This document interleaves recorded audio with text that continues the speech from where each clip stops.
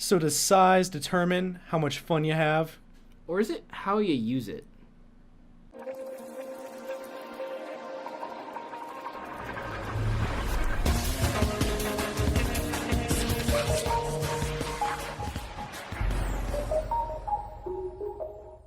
Hello and welcome back to Pixel Talk. Thank you for coming back and chatting with us once again. It is good to see you guys again. I am Jake. And I'm Luke. And today we're going to be talking to you about games. Once again, but this time a Big very shocker. special... Oh, I know, right? A big thing about games. Big as in like the size of the worlds. Big open world games, which are kind of the in thing to do these days. Very much you've seen it in like... Well, I guess like the first game I think of when I think open world is Skyrim. Yes, something like Skyrim, like GTA comes to mind. Yeah. Like these big open sandboxes. Fallout. And in fact, if you really think about it, open world games kind of took over the first person shooter as like the go-to genre that companies want to do. Like they want to make the next big like open world game that's like really massive. It's like 10 million miles wide. Look at him, he's taking over the whole table. Exactly. This is how big the world is. It's right the here. whole table. It's the whole table big. But yeah, it's like open world games are like the new in thing now, and I don't know how much I like that.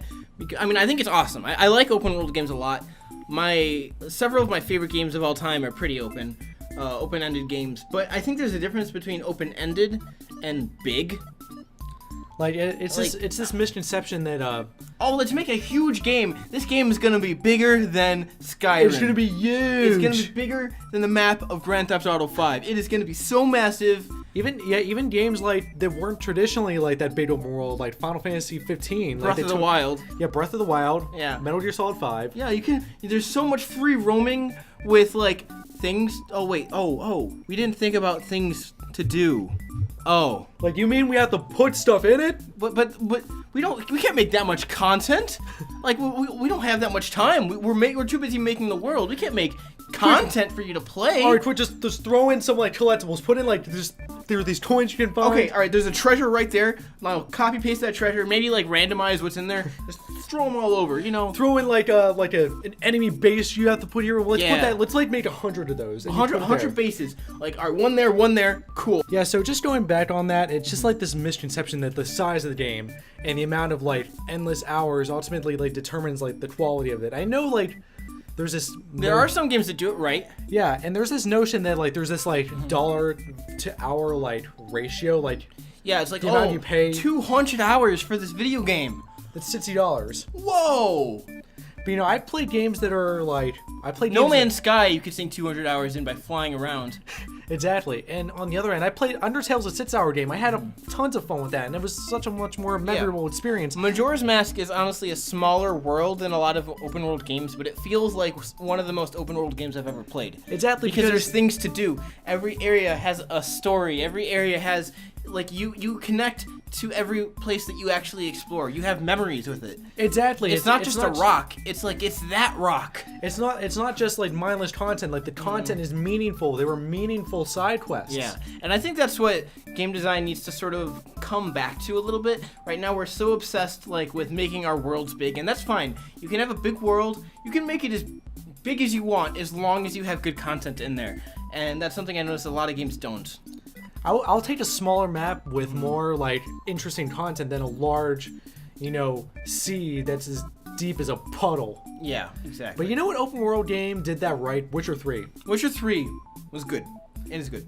I like it. I haven't beaten it. I've played about 6 hours of it. All right, developers, if you want to And- make an open world game, copy Witcher 3. Don't copy them because then it'll just be a copy of Witcher 3. Excuse me. But copy them creatively. You Yeah. know, all artists steal. The side quests had like meaning and they had their own self-contained Yeah, stories. it was cool. As far as like the Final Fantasy end of things, the open world games that I'm familiar with in that series are 12 and Lightning Returns and 15, and then the 2 MMOs obviously. But Yeah. MMOs 14 does it right, so I'm not even gonna go there because it did a good job. 12 did it okay. Lightning Returns is what I'm going to be criticizing today. All right, go for it. Go. I want to listen to this. Okay, so Lightning Returns honestly has a good world. I like running around in it, and it's actually like pretty cool. Like the way like Lightning brings up, like she'll talk about the area she's running through, and that's fine. It's that the quest they put in there that they call content. That they make you do. There is a quest, and I bring this quest up all the time, where you find a person who loved their cat so much they tried to revive their cat, and then they got stuck in the body of their dead cat, and now they need Lightning's help to turn back into a human. And the only way that Lightning can do it is to go to this one NPC that has the antidote, and to get that she has to talk to someone else, and then she finally gets the antidote, then she brings it to the cat, and the cat's like, okay, cool, now go over and take it to my human. Make sure any of the other cats following me around, because they're following my human body around, make sure they don't actually see you, because they'll attack you, and if they attack you, then you have to go back and get another version of that item from the NPC in the other end of town, and then do it all over again. And all this is loosely timed. So I am speechless. and I do it every time I play that game. I do that quest. Because they make you do it. No, they don't make me do it. It's They an make optional you do one. that side content. Yeah, I mean, to level up. And it's like, okay, they said that game was world driven, and it is because you're going around the world for people, and that's fine. You do the same thing in Majora's Mask. The problem is it's not meaningful. Lightning's story has nothing to do with this cat, but meanwhile, on the other hand, for Link, the Anju and Cafe story, that has everything to do with Link. That's sort of like he's a part of it. And another thing He's like working with Cafe, even like the smaller, more remedial tasks in Majora's Mask, like helping you helping with this impacted somebody's life. Yeah. Your journey had influence. on a life. Lightning Returns. Lightning is dull and, for lack of a better word, she's like a Western hero in that game. She doesn't care. I mean, some Western heroes care. No, yeah, that's true. Shepard cares. Yeah, Shepard cares. Shepard approves. cares. Shepard approves. Oh, yeah. Yeah. Lightning Returns is the best game in the Citadel. Oh no, it's not. No, it's not. So that's my rant for Lightning Returns and how open world. Okay, that game was better linear. 15 does it better because you actually do you sort of help out more interesting characters. It's Yeah. still a little bit MMO-y, but it's not as bad. I don't know. What do you think? What do you think about other open world games that you find? Boom, water's gone. Okay, now I want to talk about my open world experiences. Talk about your open world experience, sir. Okay, so I've had some good experiences with open world games. Like, of course, I had fun with Skyrim. Yeah, Skyrim was good. The Skyrim, I had some fun Like, with it's not my GT. favorite game in the world, but it's still a good game in my opinion. It did a lot to help RPGs in general. So Yeah, it was it was very much a game like that. Fallout 3, I loved Fallout 3 because Yeah. there were very much games where you could kind of golf. You'll find interesting stuff all on being path, and you're kind of. It wasn't so much about like following the story. You're making your own story. yeah, and I mean that also carried through in 4, right? Yeah, to an extent. Okay. I didn't like 4 as much, but Yeah. that's for another day. Okay. The point is, like, it was an interesting thing where people were like sharing their Skyrim stories. Like, oh, I was just going along, I found this like very interesting, dungeon. It had this like interesting lore and stuff like that. But So yeah? But on the other end, a game that I did not like, Metal Gear Solid 5. You don't like that game? I liked some things about it, but I got bored with it very quickly because, when I was first playing with it, it was awesome. It's like it feels great The to play. gameplay was perfect. I loved the game. It was like the best gameplay for a stealth game ever. But then it had nothing else.